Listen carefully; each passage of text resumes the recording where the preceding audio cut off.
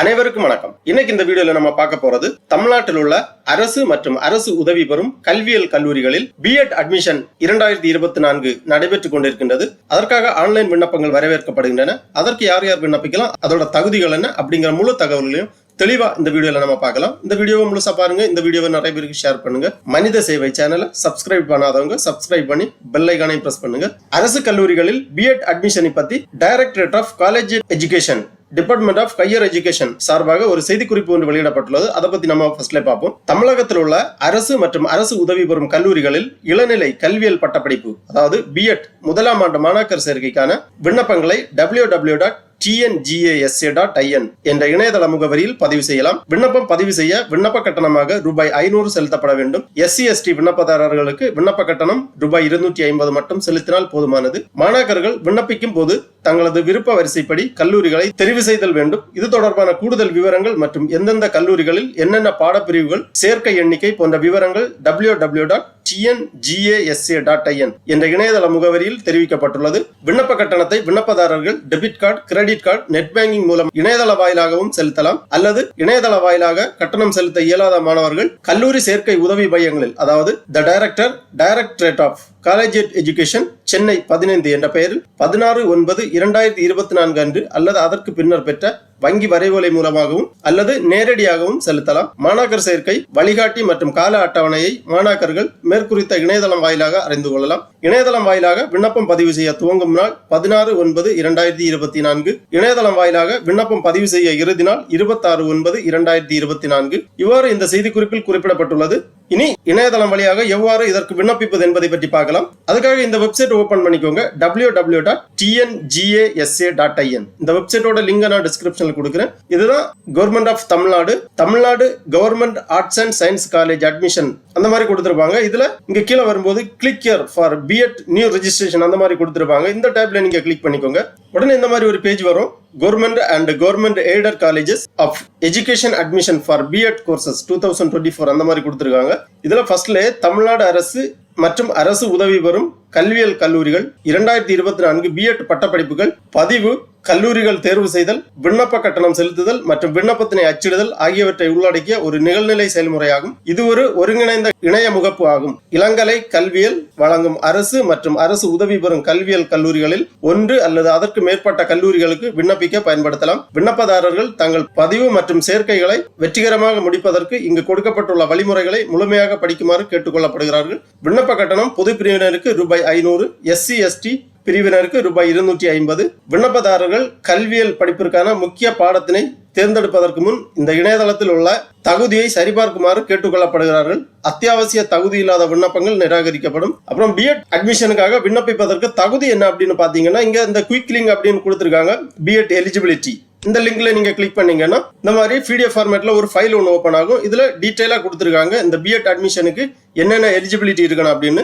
Subject Tamil medium நீங்க எடுத்தீங்கன்னா தமிழ் அல்லது Tamil literature UG major subject படித்திருக்க வேண்டும்.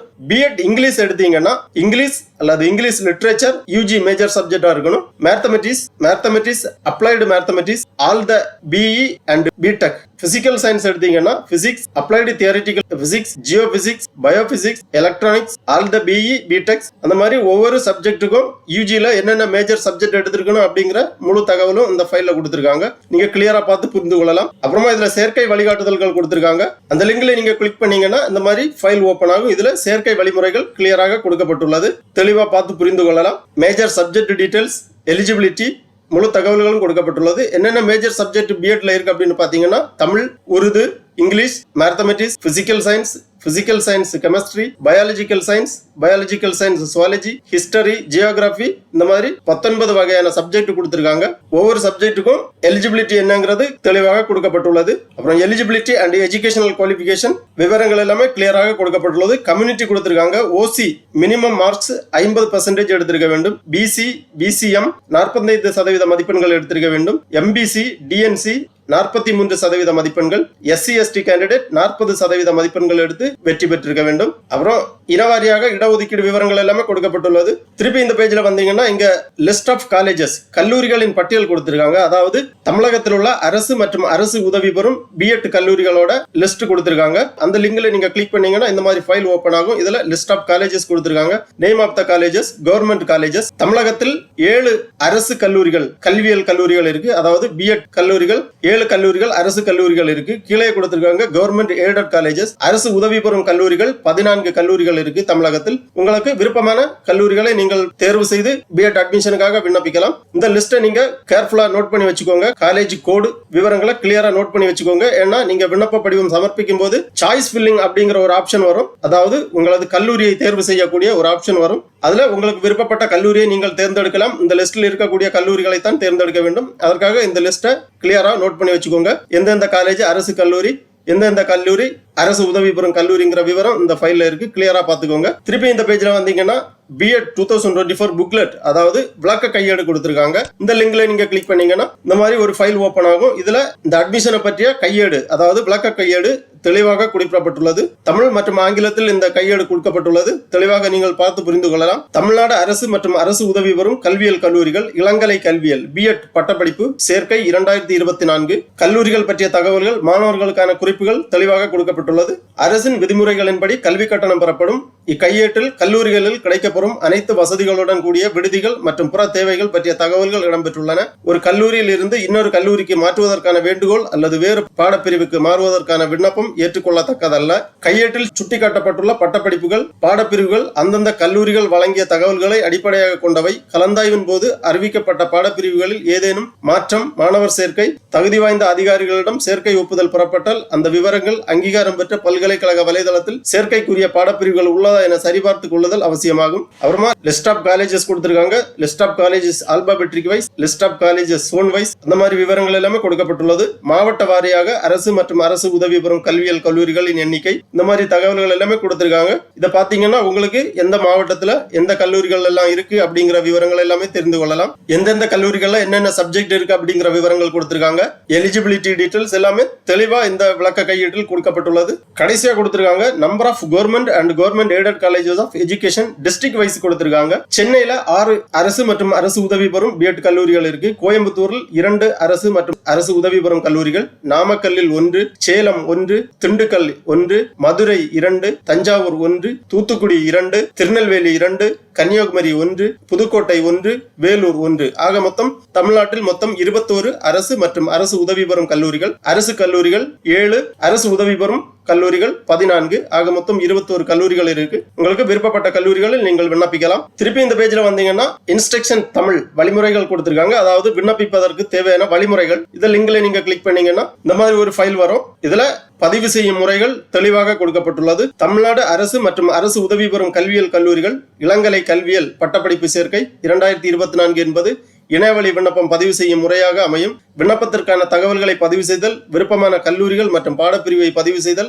பதிவு செய்வதற்கான பணத்தை செலுத்துதல் மற்றும் விண்ணப்பத்தை பதிவிறக்கம் செய்தல் ஆகிய அனைத்தும் இணைய வழியாகவே நடத்தப்படும். கலந்தாய்வு நடைமுறைகள் கீழே பட்டியலிடப்பட்டுள்ள பின்வரும் படிகளை கொண்டுள்ளது. கலந்தாய்வு விவரங்களை கொடுத்திருக்காங்க. அதாவது கவுன்சிலிங் டீடைல்ஸ் எல்லாமே கொடுத்திருக்காங்க. விண்ணப்பத்தை பூர்த்தி செய்ய தங்கள் வீட்டிலிருந்தோ அல்லது வேறு எங்கிருந்து வேண்டுமானாலும் இணையதளம் வழியாக பதிவு செய்யலாம். இணையவழி இல்லாதவர்கள் அருகில் தமிழ்நாடு அரசு மற்றும் அரசு உதவி பெறும் கல்வியியல் கல்லூரிகளில் உள்ள மாணவர் சேர்க்கை உதவி மையங்களை நாடலாம். கல்லூரிகளை விருப்பப்படி பதிவு செய்தல், தரவரிசை பட்டியல் வெளியீடு, விண்ணப்பதாரர்கள் தங்கள் பதிவு செய்த பாடப்பிரிவுகளின் விருப்ப வரிசை, இன சுழற்சி மற்றும் தரவரிசையின் அடிப்படையில் ஒதுக்கீடு ஆணை வழங்கப்படும். விண்ணப்பதாரர்கள் தங்களுக்கு வழங்கப்பட்ட ஒதுக்கீடு ஆணையின் அடிப்படையில் அந்தந்த கல்லூரிகளுக்கு சென்று சேர்க்கையை உறுதி செய்தல். இவ்வாறு கவுன்சிலிங் டீடைல்ஸ் எல்லாமே கொடுக்கப்பட்டுள்ளது. அப்புறமா பயனாளர் பதிவு ஃபர்ஸ்ட்ல ரெஜிஸ்ட்ரேஷன் பண்ணணும். அப்புறம் ரெஜிஸ்ட்ரேஷன் பண்றது எப்படின்னு நம்ம பார்க்கலாம். திருப்பி இந்த பேஜ்ல வந்தீங்கன்னா click here for new registration அப்படிங்கிற இந்த டேபை கிளிக் பண்ணிக்கோங்க. உடனே இந்த மாதிரி ரெஜிஸ்ட்ரேஷன் பேஜ் ஓபன் ஆகும். ரெஜிஸ்ட்ரேஷன் பேஜ்ல ஃபர்ஸ்ட்ல விண்ணப்பதாரர் பெயர், அப்புறம் கைபேசி எண், கைபேசி எண் உங்களுக்கு அவைலபிளா இருக்கிற கைபேசி எண் என்டர் பண்ணிக்கோங்க, ஏன்னா ஓடிபி சென்ட் பண்ணுவாங்க.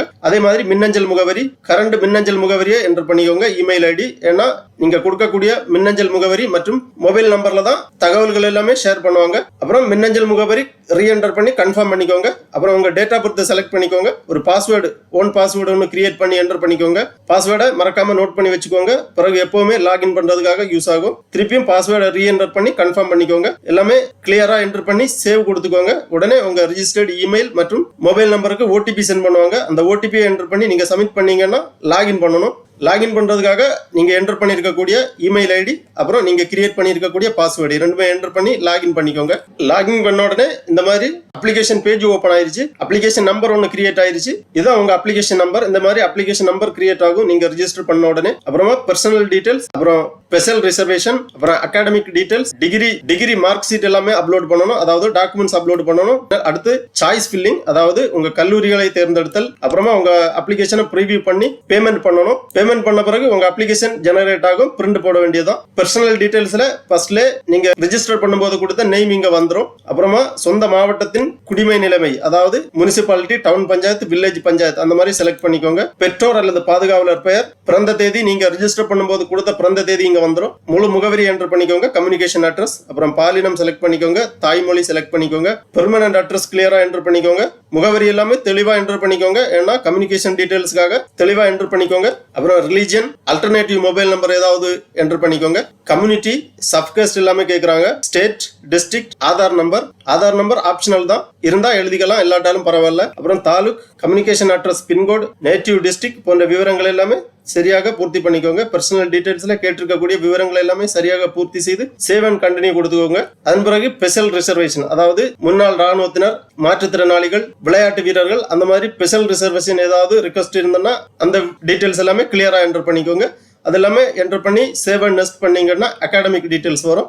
அதுல உங்க கல்வி தகுதி விவரங்கள் எல்லாமே சரியாக பூர்த்தி செய்ய வேண்டும். இந்த கைட்லைன்ஸ்ல கொடுத்திருக்கிற மாதிரி கல்வி தகுதி விவரங்கள் எல்லாமே சரியாக நீங்க பூர்த்தி செய்ய வேண்டும். Medium of instruction, educational qualification, UG major subject, UG exam assessment method அந்த மாதிரி விவரங்கள் எல்லாமே கேட்கறாங்க. கிளியரா பூர்த்தி பண்ணிக்கோங்க. பட்டப்படிப்பு மதிப்பெண் சான்றிதழ், அதன் பிறகு டிகிரி மார்க் ஷீட் எல்லாமே நீங்க அப்லோட் பண்ண வேண்டும். பட்டப்படிப்பு மதிப்பெண்கள் பதிவு செய்தல் அந்த மாதிரி கொடுத்திருக்காங்க. பகுதி வாரியாக ஒவ்வொரு செமஸ்டருக்கும் total number of subject, total maximum marks, total obtained mark, percentage of marks அந்த மாதிரி விவரங்களை சரியாக பூர்த்தி செய்ய வேண்டும். அப்புறம் யூஜி மேஜர் சப்ஜெக்ட் விவரங்கள் தெளிவாக பூர்த்தி செய்ய வேண்டும். டிகிரி மார்க்ஸ் டீடைல்ஸ் எல்லாமே ஃபில் பண்ண பிறகு சேவ் அண்ட் நெக்ஸ்ட் கொடுத்தீங்கன்னா அப்புறம் சாய்ஸ் ஃபில்லிங்னா உங்க கல்லூரியை தேர்வு செய்தல். உங்கள் கல்லூரி மற்றும் பாடப்பிரிவினை தேர்ந்தெடுப்பதற்கு முன் கீழ்காணும் வழிமுறைகளை படிக்கவும். இந்த மாதிரி கல்லூரி விவரங்கள் மற்றும் உங்களது சப்ஜெக்ட் டீடைல்ஸ் எல்லாமே நீங்க இந்த சாய்ஸ் ஃபில்லிங் அப்படிங்கிற இந்த பேஜ்ல நீங்க எல்லாமே ஃபில் பண்ண வேண்டியிருக்கும். சாய்ஸ் ஃபில்லிங் எல்லாமே பூர்த்தி செய்த பிறகு உங்களது அப்ளிகேஷன் ப்ரிவியூ பண்ணணும். இந்த மாதிரி உங்க அப்ளிகேஷன் கிரியேட் ஆகும். Personal details, special reservation, academic details, degree mark sheet, choice filling அந்த மாதிரி நீங்க என்டர் பண்ணிருக்கக்கூடிய டீடைல்ஸ் எல்லாமே